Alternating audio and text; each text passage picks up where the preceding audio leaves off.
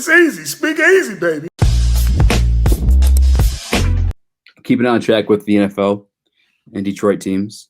I've started a campaign here locally, and it's based around a certain quarterback, and Trey Lance. Oh, take a chance on Lance, huh? Yeah, that's Trigga Trey train is what I'm calling it. I like that. No, you know what? This is the unknown right now. We're not going to know the answer to this until draft day.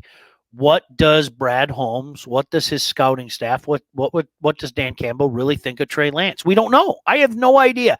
Yeah. And they're not going to say, because this is, I say it all the time, this is lying season. Not Lion, it's Lying. It's lying season. Everybody's going to lie about what they like, what they don't like, to try to build whatever value they can around their pick and everything. If you think that's the guy, you don't hesitate to pull the trigger, period, end of story. And I don't think that these guys will hesitate to pull the trigger. I don't know how well it'll go over with fans, and to them, it shouldn't matter at all. But if this kid is as good as a lot of people think he is, and scouts, our mutual friend, Scott Bischoff, who's a scout and watches this stuff closely, he loves this kid. He loves it. I'll talk to him. I'll talk to him. How's that? Yeah, but no, all jokes aside, he loves the guy. Absolutely loves the guy. And if you think this is your quarterback of the future, then you take him now. So it's so backwards to me, Eazy, how you can't take a quarterback. We got Jared Goff. You mean we can't take our quarterback of the future and sit him? Oh my, what was Kansas City thinking? What was Green Bay thinking? If this is the guy, I don't care if he sits for 2 years. That's your quarterback for the next dozen years after that. And God forbid he has the same kind of success that Aaron Rodgers did or Patrick Mahomes has had. Yeah. Yeah, no, I'm in the same camp. So what do you think? What do you think of him, though? I guess, talent-wise and upside. I like everything about him. The issue is, and this is why I'm going to be non-committal, I don't know. I mean, everything that I read, everything that I see, I'm not, I wish I could have seen him, play games and everything. I haven't. I've seen footage like everybody else, but, to really get a good gauge on somebody, it's tough to do. Easy. I think it's funny, around draft time, you hear all these guys breaking people down. We're not watching half the guys. It's not like you and I are sitting at home, playing the role of Jaws or something, rewinding tape and all that stuff. So I rely on the opinions of people like Scott, people who do this for a living. I think everything is there for the kid. I'm not trying to cower away from it. I think that everything is there for the kid. But we can't look at him like we can look at Justin Fields. We can't look at him like we can look at Trevor Lawrence. We can't, because we haven't seen him game in, game out. They haven't been on national TV every single week and everything. So that's why, you really do have to rely on your scouting staff for things like that. Yeah. Yeah. For me too, exact same thing, right? I haven't watched as much. I mean, I didn't know anything about him until he came into the conversation. But the fact that he's in the conversation for as young as he is, playing where he played at, I think should tell you something, Absolutely. Absolutely. And you know what? Where a guy played, that doesn't matter to me. That means nothing. I mean, some of the greats of all time, we were talking about it this morning with Joyke Bell. I mean, Walter Payton, one of the greats of all time. Jerry Rice. He is the greatest wide receiver of all time, so those are the things that I look at. I that shouldn't enter the equation in any way, shape, or form. All the tools are there. You saw him make the throws that he made. I think there's a reason why people are drooling over him. But as I said, I guess I'm old school in this regard. I wish I saw him play more so I could, give an opinion, because, and then there are other guys. I always use the example of Joey Harrington. Joey Harrington did a lot of good things, but then when you watch Joey Harrington, he didn't have it. There wasn't that swagger there. There wasn't, and people, I know you were young, but boy, people got so mad at me because very early in Harrington's career, I said, it ain't going to happen. It's just, you could tell looking at the guy, and now everybody after the fact, oh yeah, sure. But you could tell, but the thing is, again, I think a lot of times fans don't want to admit to themselves that we have to start over, or we have to look at another quarterback, and we have to go through that process again. So everything's there with him. I just, like I said, I wish I got a chance to watch him more on a week in, week out basis. Yeah.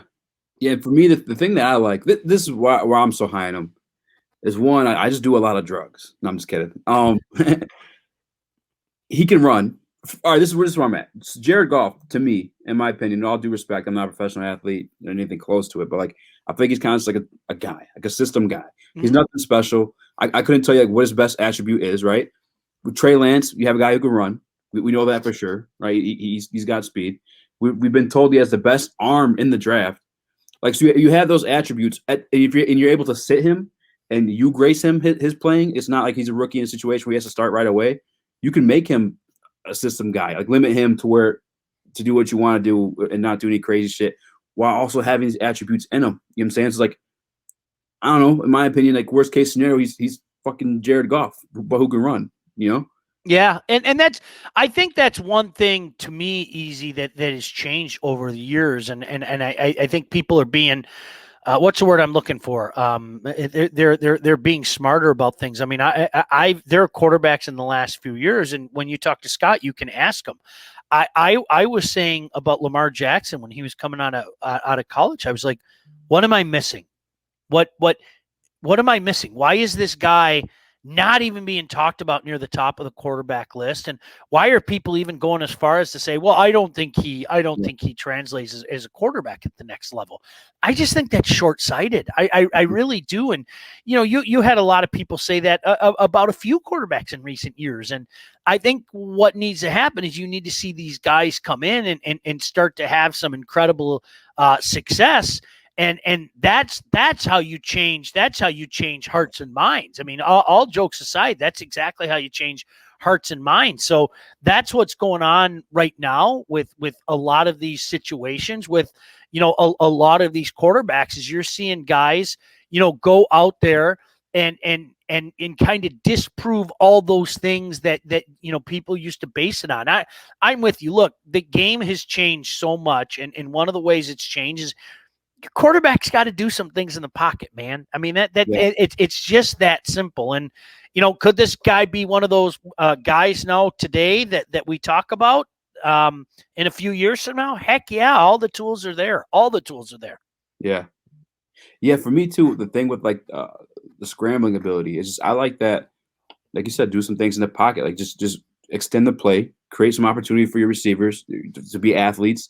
You hit them once they get up. Like I look at Russell Wilson or even Aaron Rodgers back when he was like younger. Like to be able to mingle around in there, it just opens shit up for guys. And they have to be the greatest wide receivers. Like I don't think Aaron Rodgers played with too many guys that were like greats. I know he had like Donald Driver and shit like that. But like even Russell Wilson, like he really played anyone that was like over the top amazing.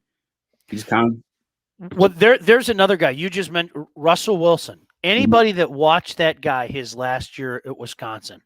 Why on earth did that guy last to the third round?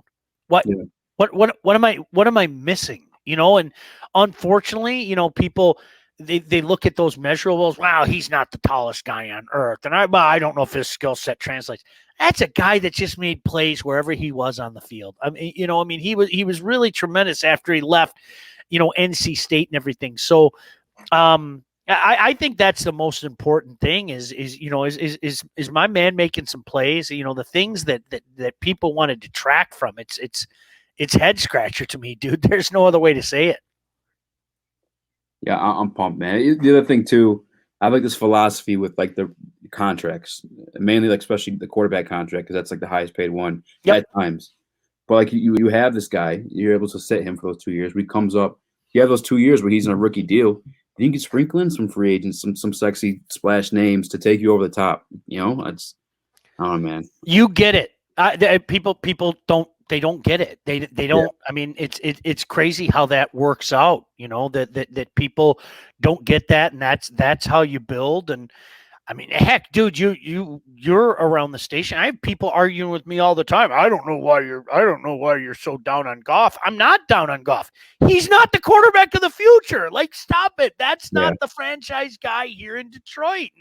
And I guess it's just one of those things we're gonna have to bide our time and wait for him to be jettisoned out of here and all of that. But people wanted a winner so desperately. I get it. You try to keep it in perspective, but there's so much work to be done with this team. And, to me, I don't mind. Again, people say, well, why don't you build things up and then add the quarterback? That's a good way to do it. But to me, if you're 100% sold on this guy, no matter what you have around him, pick him. Like that's such a dumb. When I hear people say that, I just think that's such a dumb way to think. It's like, well, no, I love this guy, so therefore I'm going to pick this guy. The other thing too is like you never see it where like a team's built and then you sprinkle in a rookie quarterback and then they go to the Super Bowl. Usually you build a team around that guy who's on the bench, then he starts, and then you see him like you go to the Super Bowl. You know what I'm saying? You never plug in a rookie quarterback with a built team and win right away. Exactly. And that's that's one thing that we just have to sit back and accept that. And that's the unknown right now. And it's not fun to have the unknown. I mean, wouldn't it be great if we all knew exactly what was going to happen and everything, but we're going to have to, no other way to say it. We're going to have to wait until the end of April to find out. Yeah. The unknown is fun with second quarterbacks though.